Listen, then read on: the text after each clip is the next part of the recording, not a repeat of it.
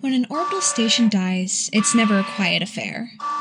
Whether the satellite is built for trading, research, housing, or any other of their many, many purposes, you always have alarms for any apocalyptic scenario. While botched orbits, solar flares, atmospheric leaks, and attacking pirates are never what you want to happen, they do happen. And the best thing you can do in that scenario is evacuate. I imagine that Eaoters Ninth, a station named after a Horkari myth, didn't die quietly for this very reason. A research station by designation, orbiting a star in a fairly isolated system, no one was really around to see what happened to it. Its destruction and the death of its crew wasn't even sector-wide news to the corporation that sponsored it. I didn't even know of its existence until a quarter year later, when its last emergency broadcast stopped bouncing around dead space and had the 1 in a million chance of hitting my dish. I didn't expect anything big, really.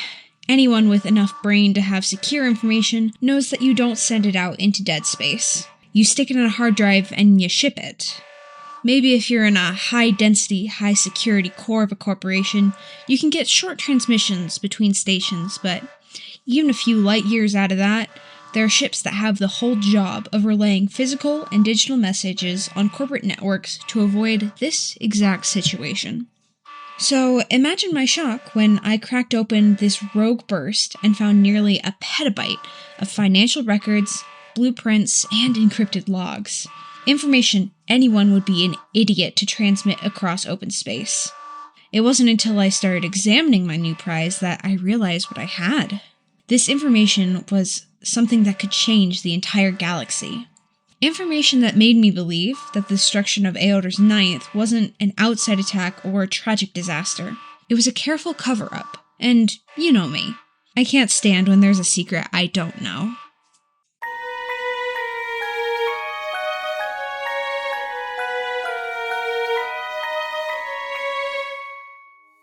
What is up, my people? Welcome to the Flipped Disc, the only show bringing you the B-side from all across the multiverse.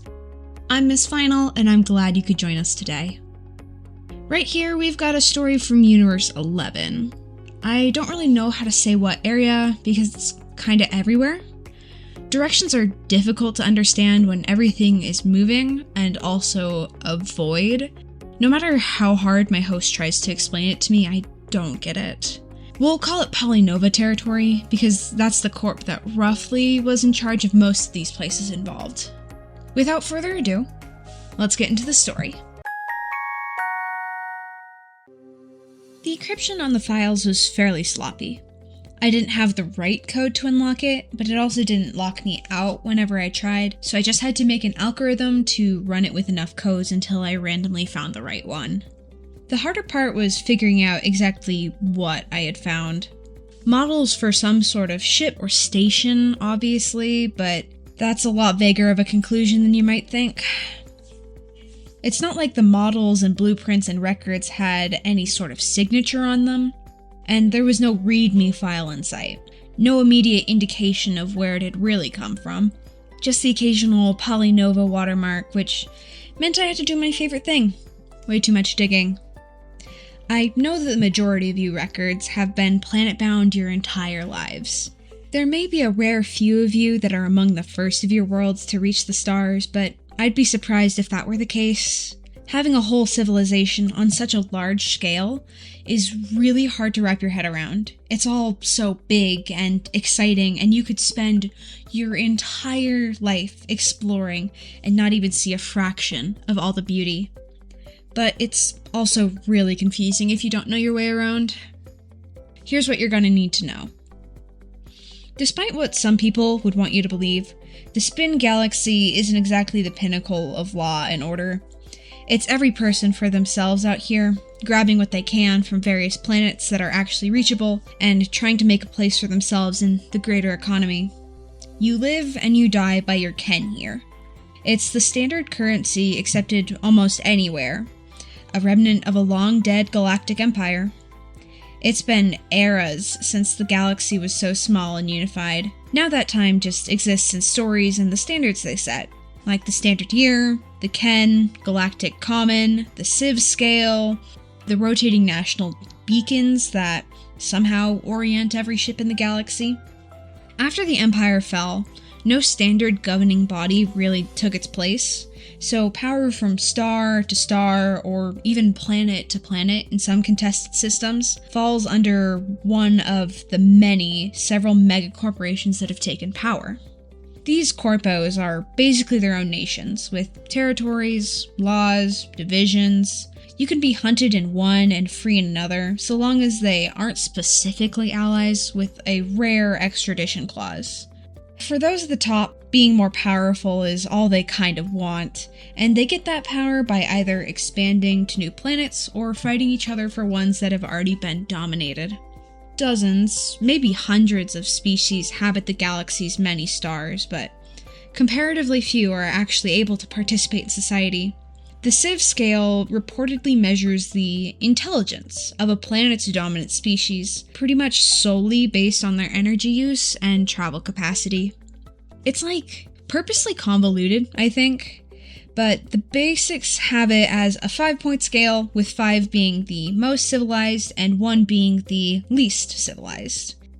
Your species rating on the Civ scale determines generally how much rights you have, which varies from corp to corp, but it's at least consistent in my eyes that ratings 1 and 2 have negative rights and are basically property to any of the higher ratings.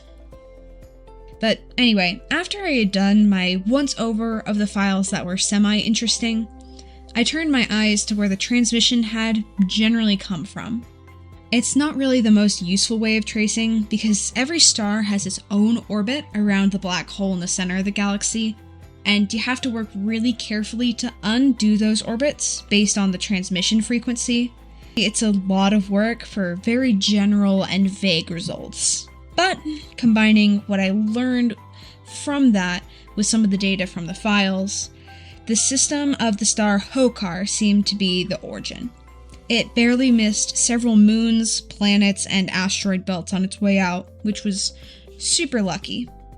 It was a while before my crew and I were near a polynova station, which I needed to plug into in order to find out any information about the star system.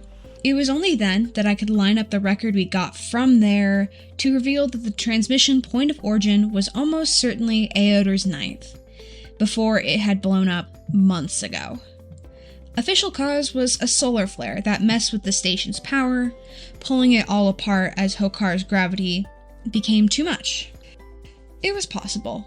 While unfortunate, these things do happen, but usually you don't have enough time to send out this much data and also evacuate for things like this.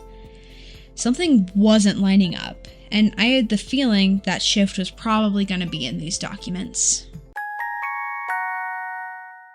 Eaoters Ninth was a station mostly devoted to research and development in cargo ship design. Polynova was originally built on being the best transport throughout the galaxy, and they try to cling to that identity even though they make and do everything under the sun. The station was well funded and staffed with 5 divisions, as well as the necessary support for it to function. All of them were mostly developing new ship parts, more efficient engine designs, an autonomous loading system, but one project was different to anything I've heard of or seen before. It seems to be a series of massive boost stations, designed to push craft faster than anything currently on the market. It's straight out of a modern sci-fi novel, opening up a wormhole between one and the other to achieve safe and speedy travel. We're not talking about a shiny little jump drive you slap onto a freighter. The schematics show kilometer-wide ring structures anchored at the edge of a system, lined with harvested solar plasma coils. They work in pairs. Punch a tear through the spatial dimension, and then you fold the distance between the 2 stars, and then a fleet glides through instantly. Saves on fuel, there's no navigational drift, no weeks in transit. There are some scribbles all over the margin notes of some of the gate power models. Next to a calculation for stabilizing a wormhole's event horizon, there's a little smiley face and a note. Calculations hold, Imagine a mother on a border world getting medicine from the core systems in 5 minutes instead of 3 months. If it were legit, it would change the galaxy in terrifying ways. Half of all commerce is just trying to get resources from one star to another for refining and consumption. You could have a ship go dark, or crash, or get attacked by pirates. There's an endless number of risks, and you lose everything if it goes wrong. If this project worked, distance stops mattering. Rates, armies, refugees, pirates, everything changes. Which raises one very uncomfortable question. Why did everyone involved end up dead? I didn't know it at the time, but I'm pretty sure the one who actually broadcast the files was a researcher named Borny Neterix, one of the leads on this mysterious gate products. Neterix was an Ondor. Long neck, 6 eyes, very fluffy by the looks of the employee ID photo. They had apparently worked for Polynova since they were old enough to sign a contract, which is very loyal or very depressing. Kind of both. The personnel file paints a remarkably boring picture. No disciplinary history, excellent performance reviews, several promotions. One complaint says they repeatedly bypassed department approval for equipment requests, which basically means stopped asking permission, but they show up everywhere once you know the name. Meeting minutes, procurement, requests, design revisions, testing reports. Half of the gate project seems to go on through their desk at one point. They're the one consistently pushing new ideas in meeting minutes. Whenever the rest of the team says something can't be done, Neterix is already pitching 3 different ways around it. More importantly for me, they're the only person on this station whose project logs seems to have any personality. It's almost like documentation is supposed to be read by another living being. A lot of these progress reports are only 7 words maximum. I don't know if it's for security reasons or lazy reasons, but it really made everything kind of difficult. If it were someone else who sent me all these files, I sincerely apologize for giving Neterix all the credit, but maybe next time you're developing technology capable of rewriting interstellar civilization, write down something. Neterix left a lot of personable comments on various design iterations. After reading them for a few hours, I started recognizing their voice. The more I dug, though, the more I realized they weren't working alone. The Gate division only had 23 assigned researchers. For a project that had consumed this amount of funding, that number was pretty low. Either Polynova had somehow assembled the greatest concentration of physicists in the galaxy, or they were hiding how important this project really was. Personnel files helped fill in the gaps. There was Chief Engineer Kavar, who appeared to spend half of his working hours denying Neterix additional reactor times. Systems Analyst Erez Meredken Zaniven, whose reports were so painfully detailed I wondered if they communicated exclusively through math. And Director Solaris Arden, who was officially in charge of the project, but apparently spent all of their time saying no to various things. Then there was everyone else.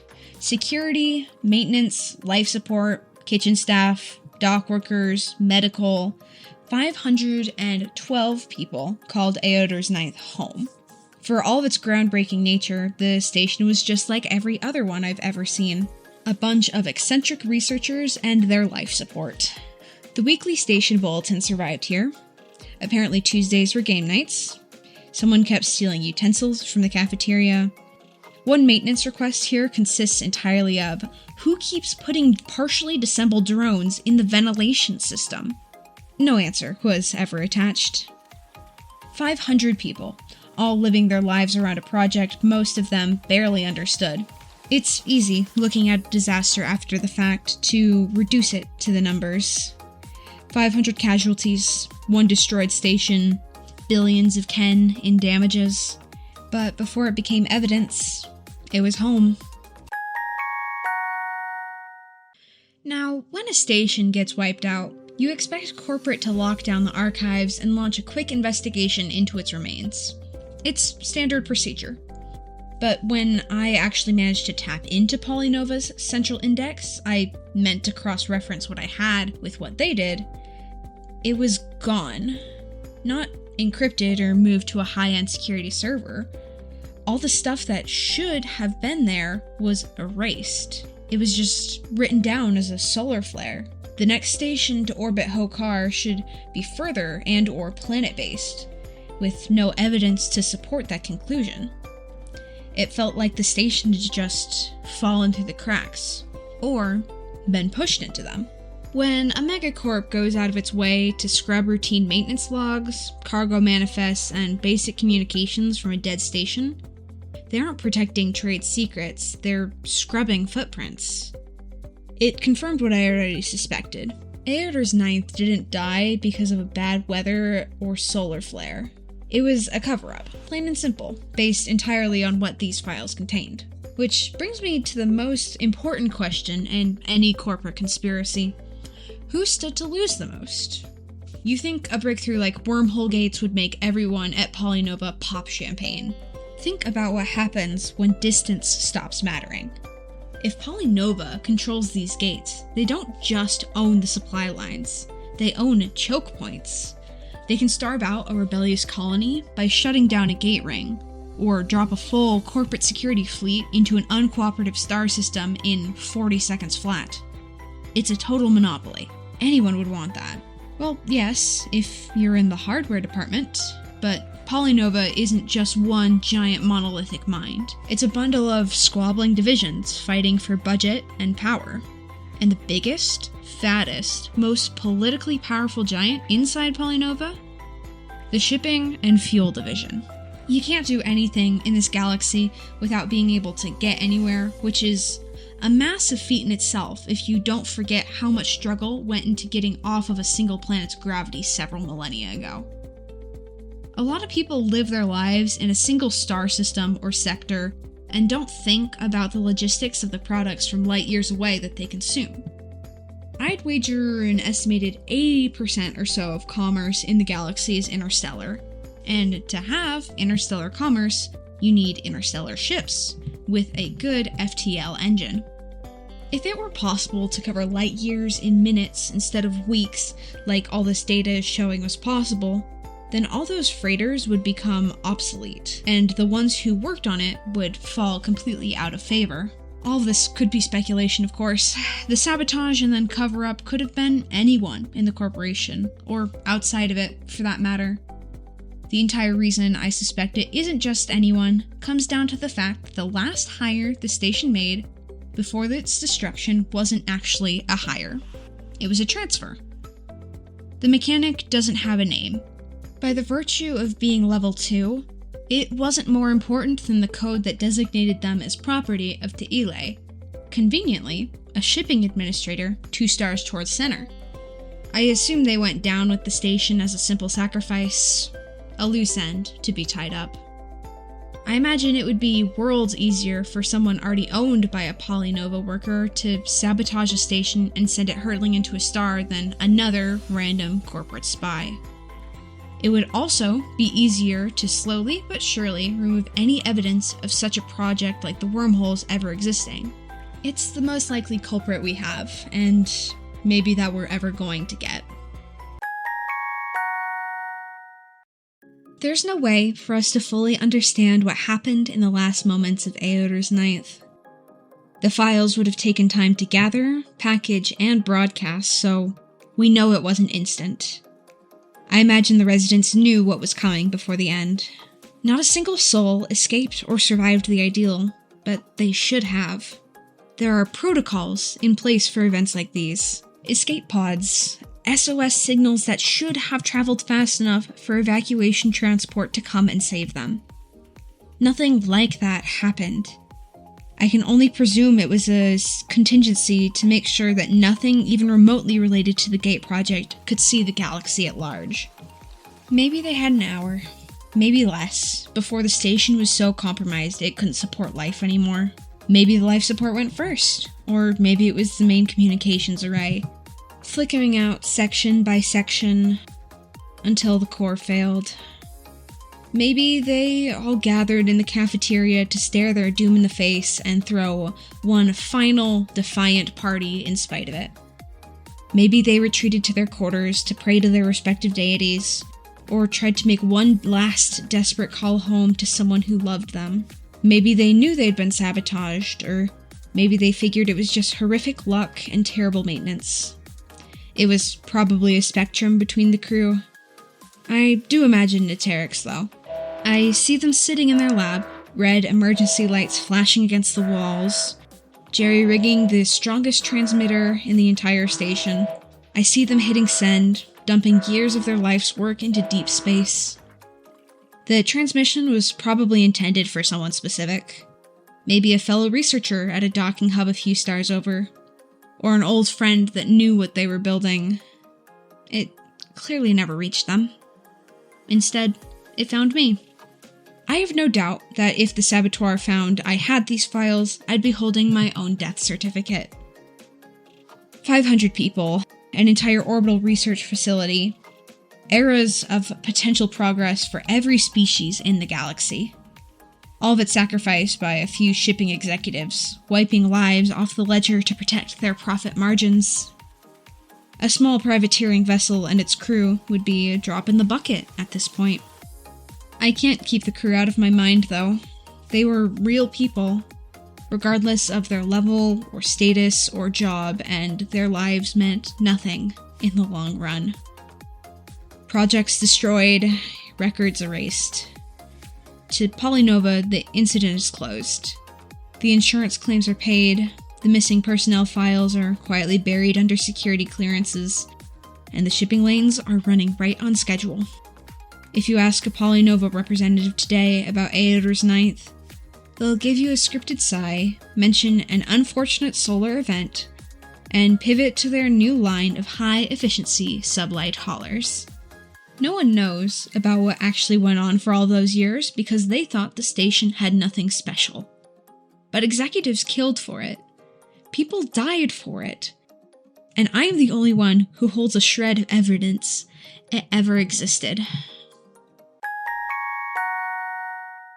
I really don't know what I'm going to do with these files, with this story.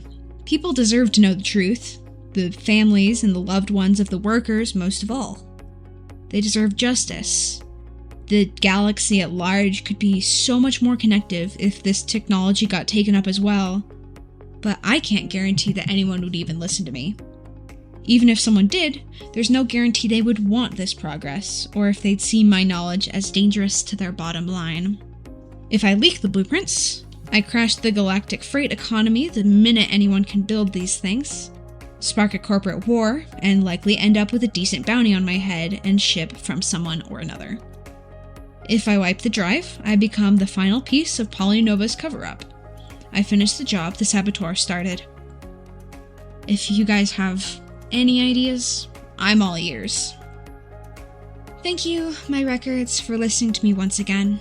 If you have questions about what I've gone over, have relevant information, or even have a story to share from your universe or another, please get in contact with me. I'm always looking for new connections. Stay safe, stay informed, and have a good day.